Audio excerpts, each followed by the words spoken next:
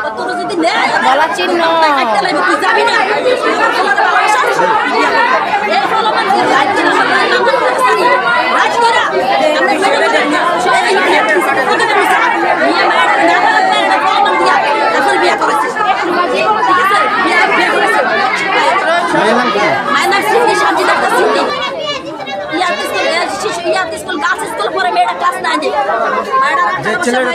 ছেলের নাম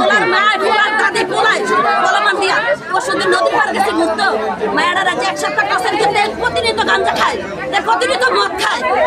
টর্চারি করে ওইরা আমার বঞ্চিটারা আজকে বিদায় দিয়ে দিল পরশু নদীর পার ঘুরতে গেছে আমার বঞ্চিটা বুঝছেন একটা হেরা গেছে আমার বঞ্চিটা করতে গেছে আম্মু আম্মু আম্মু বারবার সিটাফু লাতি দেয় তুই সর আমার সাথে বারবার লাতি দেয় দেখে কি করে শুনেন ভাই ছেলের নাম কি ছেলের নাম ইসিফাত বাপের নাম জানি না যাও দেখেন তার বাপ আছে তার মাটা পেশা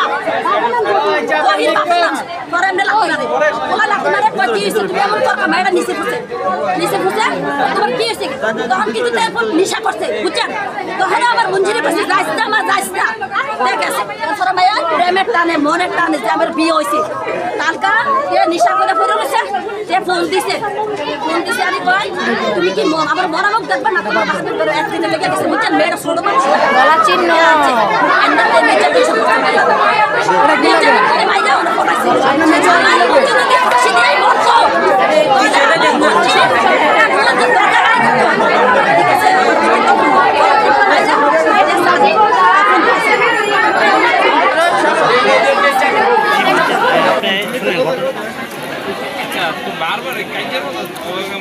এই ঘটনাটা কি হয়েছে আপনি কত সময় জানছেন না না এই ঘটনাটা তখন কটা বাজবো 7:30 আমার ছোটো ভাই আমার ফোন দিয়েছে বৃষ্টি হইতেছে আমার ছোটো ভাই আমার ফোন দিয়েছে ফোন দিয়ে কইতেছে ভাই আপনি কোথায় আমি কই ভাই আমি তো বাসায় বৃষ্টি দিকে আমি বাইরেতেছি না বাসায় আছি হ্যাঁ তো ভাই স্মৃতি কোথায় আমি স্মৃতি ওই বাড়িতে হ্যাঁ এমন টাইমে আমার ভাইয়ের মোবাইলে আবার রিটার্ন ফোন দিয়েছে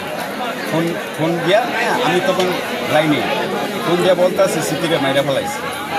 হ্যাঁ তখন আমি চিৎকার দৌড়ছি আমার ভাইও আমার চিৎকার দিয়ে ভাই তাড়াতাড়ি বাইরে হল স্মৃতিকে তো মাইরা আমি চিৎকার বাইরে আসছি আইসা দেখি এলো হ্যাঁ ঠাকুর সব দরজা লক করা পরে ছেলের মায় দাঁড়ায় রয়েছে দরজার ভিতরে ছেলের মারে জিগাইলাম ভাবি স্মৃতি কোন আমার পাঠাই দিলে হাঁটাগরের বাসায় ওই বাসায় আছে দৌড়ে ওই বাসায় গেলাম হ্যাঁ দৌড়ে ওই বাসায় গেলাম ওই বাসায় যাওয়ার পরে কেউ সব দরজা লক করা দোতলায় উঠলাম দোতলাতে নিচে আসলাম কেউ না পরে এমন টাইমে বাইরে যেমন দেখি ছেলের চাষি ঢুকতেছে বাইরের থেকে ঢুকতেছে আমার দেখে হতভম্ব হয়ে দাঁড়াই গেছে পরে আমি জিজ্ঞাসলাম বাড়ি স্মৃতি কোন ভাই স্মৃতি তো ওই বাড়িতে আমি ওই বাড়িতে গেলাম বললো আমনে গো বাড়িতে আমনে কোন ওই বাড়িতে আসলে স্মৃতি কই ভাই ওই বাড়িতে আছে আসলাম আইসা দিয়ে ছেলের মায়ের মানে বাইরের দরজা লক করে কই জানি পলাই গেছে পরে আমি ওই সাইডের দরজা হ্যাঁ ভিতর দিয়ে আটকানো ধাক্কা দিছি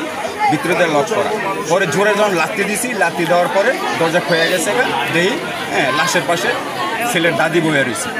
আমি চিৎকার দিলাম এটা কি করলেন আপনারা এই কথা কইছে মেয়েটা থানায় হ্যাঁ আস্তে করে করতে পারি গেছে এইটুকুই জানি তারপরে আস্তে আস্তে মানুষ জানা দিলে এই অবস্থা হ্যাঁ আমার মেয়ে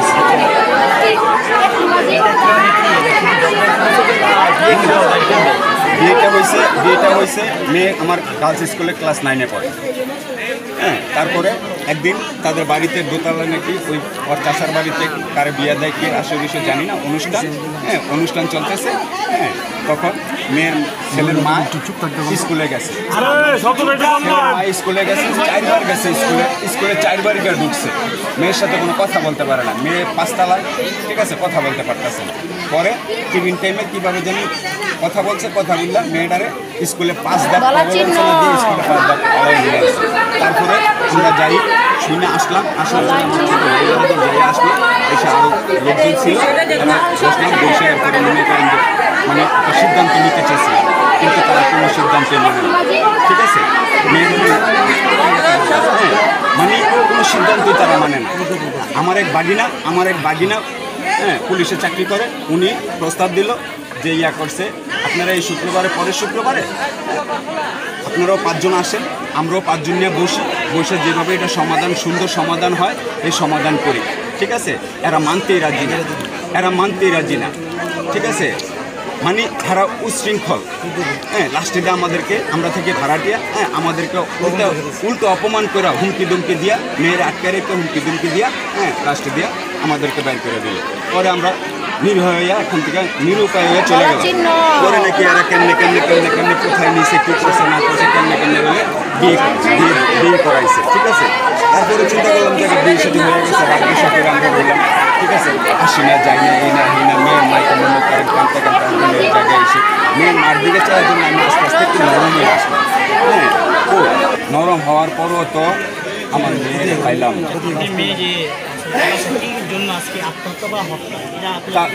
তা জানি না। মেয়ের বয়স 16। আপনার বিয়ে হয়েছে আজকে কতদিন ধরে? বিয়ে দিচ্ছে আজকে কতদিন হবে? হ্যাঁ মাস 2 হবে। গলা চিহ্ন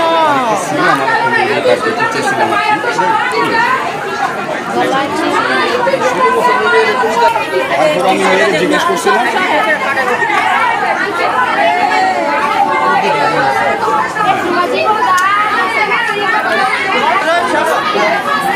আমার কথা হলো কি, আমার মেয়েটা আইন না, তোরা প্রবঞ্চনাতে আইন না, আমরা এতজন মানুষ আসলাম তোদের কাছে প্রস্তাব রাখলাম, তারপরও তোরা আমাদের প্রস্তাব গ্রহণ করলি না। হ্যাঁ